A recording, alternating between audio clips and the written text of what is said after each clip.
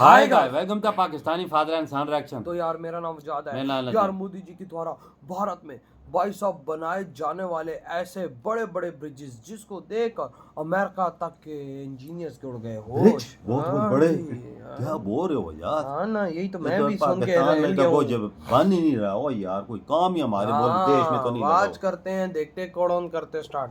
दुनिया की सबसे खतरनाक और रहस्यमयी नदी ब्रह्मपुत्र, जिसे असम का शोक भी कहा जाता है, एक ऐसी नदी जो कब अपना रास्ता बदल ले और कब पूरे के पूरे गांव निगल जाए कोई नहीं जानता। इंजीनियर्स के लिए इस नदी पर एक साधारण पुल बनाना भी किसी सुसाइड मिशन से कम नहीं था। लेकिन कल्पना कीजिए एक ऐसे 19 किलोमीटर लंबे कंक्रीट के अजगर की, जो इस उफनती नदी को चीरते हुए बादलों के पार निकल जाता है। आज हम बात कर रहे हैं असम और मेघालय के बीच बना धुबड़ी फूलबाड़ी महासेतु की। यह सिर्फ एक कंस्ट्रक्शन प्रोजेक्ट नहीं है, बल्कि यह चीन और बांग्लादेश के बॉर्डर के पास भारत की वो अदृश्य दीवार है जिसकी गूंज बीजिंग तक सुनाई दे रही है। आखिर क्यों L&T के इंजीनियर्स ने ऐसी सीक्रेट जापानी टेक्नोलॉजी का इस्तेमाल किया जिसने स्वीडन और जर्मनी जैसे देशों के एक्सपर्ट्स को भी हैरान कर दिया है? और क्यों भारत सरकार इस एक पुल पर 5,000 करोड़ रुपए पानी की तरह बहा रही है? आज के इस वीडियो में हम इस मेगा प्रोजेक्ट की उस गहराई तक जाएंगे जहां जाने की हिम्मत शायद ही किसी और ने की हो। वीडियो के अंत में आपको पता चलेगा कि कैसे यह पुल भारत की तकदीर और चिकन नेक कॉरिडोर की सुरक्षा को हमेशा के लिए बदल देगा। सबसे पहले समझते हैं कि यह चीज आखिर है क्या। धुबड़ी फूलबाड़ी ब्रिज एक extra dozed cable stay bridge है जिसकी कुल लंबाई 19.28 किलोमीटर है। इसकी भव्यता का अंदाजा आप इस बात से लगाइए कि अगर आप इस पुल के एक छोर पर खड़े होंगे तो आपको दूसरा छोर कोहरे की वजह से दिखाई भी नहीं देगा। यह भारत के वर्तमान सबसे लंबे पुल भूपेन हजारिका सेतु, जिसकी लंबाई 9.15 किलोमीटर है, लेकिन धुबड़ी फूलबाड़ी ब्रिज इससे 2 गुना से भी ज्यादा बड़ा होगा। भौगोलिक रूप से यह असम के धुबड़ी को मेघालय के फूलबाड़ी से जोड़ता है। यह नेशनल हाईवे 127B का सबसे महत्वपूर्ण हिस्सा है। अगर आप मैप को गौर से देखें तो यह ब्रिज बांग्लादेश बॉर्डर के बिल्कुल करीब है। यह उस क्षेत्र में स्थित है जहां ब्रह्मपुत्र नदी सबसे चौड़ी और सबसे उग्र हो जाती है। यहाँ नदी की गहराई और उसकी तलहटी की मिट्टी इतनी अस्थिर है कि साधारण पिलर यहाँ टिक ही नहीं सकते। इसीलिए यहाँ डीप वेल फाउंडेशन का इस्तेमाल किया गया है, जो जमीन के अंदर कई मंजिला इमारत जितनी गहराई तक धंसे हुए हैं। अब सवाल आता है कि आखिर इस पुल की जरूरत क्या थी? दशकों से धुबड़ी और फूलबाड़ी के बीच का रिश्ता सिर्फ जर्जर नावों के भरोसे था। मानसून के 4 महीनों में जब ब्रह्मपुत्र उफान पर होती है तो यह नाव यात्रा किसी मौत के खेल से कम नहीं होती।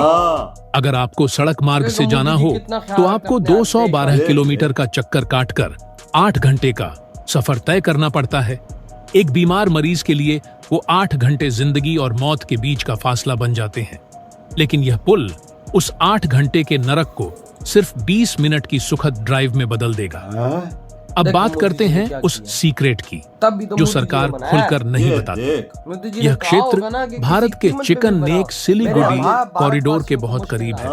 वो सकरा रास्ता जो भारत को नॉर्थ ईस्ट से जोड़ता है।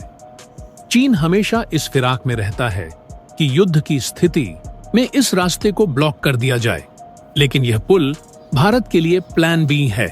अगर मुख्य रास्ता ब्लॉक होता है तो भारतीय सेना इसी धुबड़ी फूलबाड़ी ब्रिज के जरिए भारी टैंक, मिसाइल सिस्टम और हजारों सैनिकों को कुछ ही घंटों में अरुणाचल और मेघालय के बॉर्डर तक पहुंचा सकती है।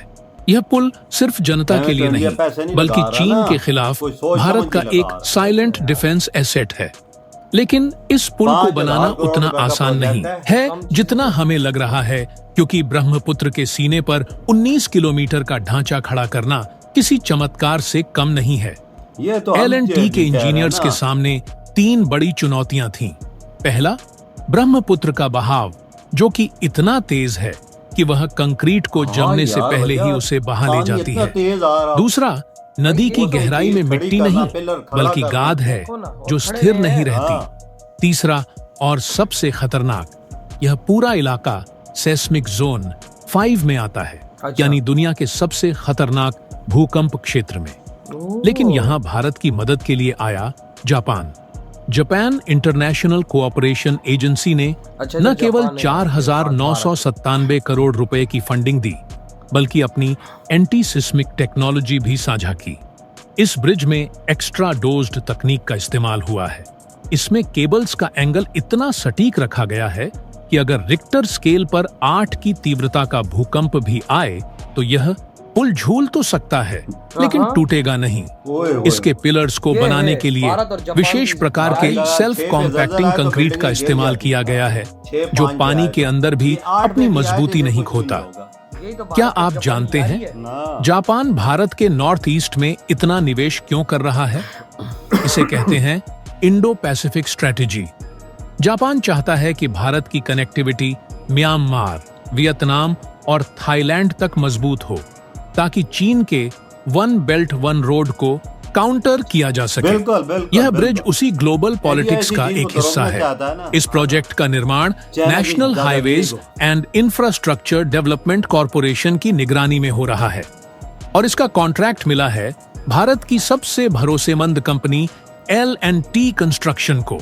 हजारों इंजीनियर्स और मजदूर 24/7 काम कर रहे हैं, ऐसी परिस्थितियों में जहां तापमान 40 डिग्री से ऊपर चला जाता है और बारिश के दिनों में सब कुछ डूब जाता है।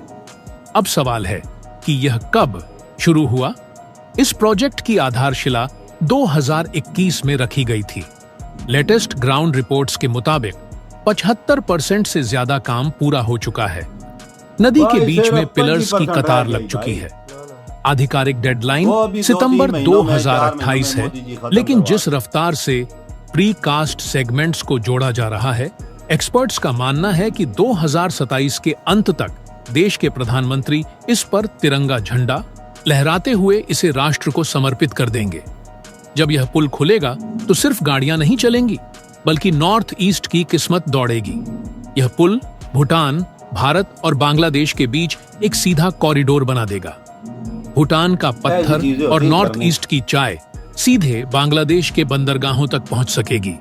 मेघालय के छात्र असम की यूनिवर्सिटीज में और असम के मरीज मेघालय के ठंडे इलाकों के अस्पतालों में मिनटों में पहुंच सकेंगे। जो पर्यटक दूरी की वजह से इन इलाकों में नहीं आते थे, उनके लिए यह 19 किलोमीटर की वाटर ड्राइव दुनिया का सबसे बड़ा आकर्षण बन जाएगी। दोस्तों, धुबड़ी फूलबाड़ी ब्रिज सिर्फ सीमेंट, सरिया और केबल का मेल नहीं है।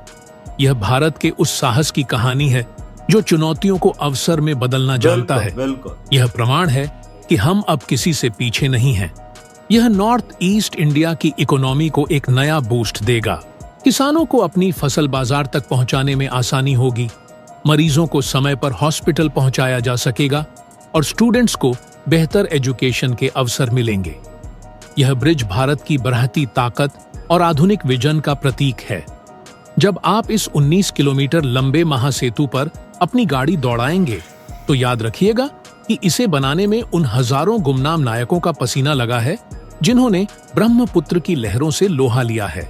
क्या आपको भी लगता है कि भारत को ऐसे और भी पुलों की जरूरत है? इतने बड़े पुल क्या आपको इस इंजीनियरिंग अजूबे पर गर्व है? कमेंट में प्राउड इंडियन जरूर लिखें और बताएं कि इधर हुई है वीडियो खत्म। अंदाजा लगाओ इस टाइम कि मोदी जी क्या कर रहे हैं पूरे भारत में। भाई साहब, अपने भारतीयों को देखो ना किस तरह से फैसिलिटेट कर रहे हैं, और हम पाकिस्तानियों का देखो पाकिस्तान में कितना बुरा हाल हुआ है इस टाइम पे।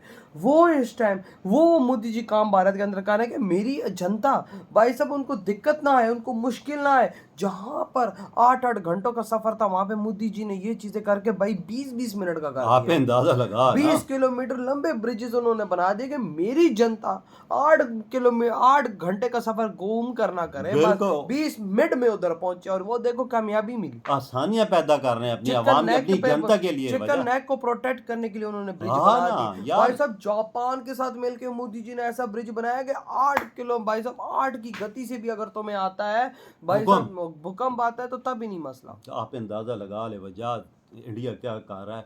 और ये भी मैं बताऊं कि इंडिया की कंपनी खुद बना रही है ये। देखो ना L&T इतने बड़ा Constructions को प्रोजेक्ट। प्रोजेक्ट्स मिल रहे हैं। हाँ। यार भारत की अपनी कंपनी, क्यों? क्योंकि मोदी जी को अपने भारतीयों पे विश्वास है। बिल्कुल। देखो ना वो यार, लेकिन वो वो काम असल भी में- ऐसा कर रही है ना। देखो ना ऐसे बड़े बड़े ब्रिज भाई, देखो ना तो अमेरिका बनाने से डरता है ओ यार, जर्मनी और जापान के इंजीनियर हैरान रह गए कि ये इंडिया कर क्या भाई। रहा है देखो यार। उन्होंने इतने बड़े टेक्नोलॉजी पानी में लाजमी दी है, लेकिन भाई जो काम जो किया वो फिर भारत नहीं किया ना। 5,000 करोड़ रुपया बजाद इस पे खर्चा आ रहा है, 5,000 करोड़। तो ना फिर वो हम चीज़- अगले या इस साल के अंत में या अगले साल मोदी जी इस पे झंडा लहरा सकते हाँ, हैं 20 और किलोमीटर लोगों लंबा ब्रिज को लोगों के हवाले कर सकते नहीं। जाओ अपनी भाई। गाड़ियां दौड़ाओ। भाई जनता के लिए इसमें सबसे बड़ा वो है ना यार, फायदा है ना यार मरीजों के पेट्रोल लिए की देख, बचत, टाइम की बचत, जानों की बचत। एक कोने से मरीज दूसरे कोने में पहुंचाने में आसानी, 8 मिनट में, 10 मिनट में उधर अस्पताल में, गोली हॉस्पिटल की में। तरह। स्टूडेंट के लिए यूनिवर्सिटी, एक कोने से दूसरी यूनिवर्सिटी में पहुंचना आसान, वो हर इस चीज तरह के लिए ना बिजनेस करना आसान। बिजनेस करना आसान। तो भाई- ऐसे बड़े बड़े प्रोजेक्ट बना रहे हैं इंडिया। हाँ, ये मोदी जी हैं तो सब मुमकिन है बिल्कुल। भाई। तो यार आपके क्या थॉट है इधर वीडियो तुम तो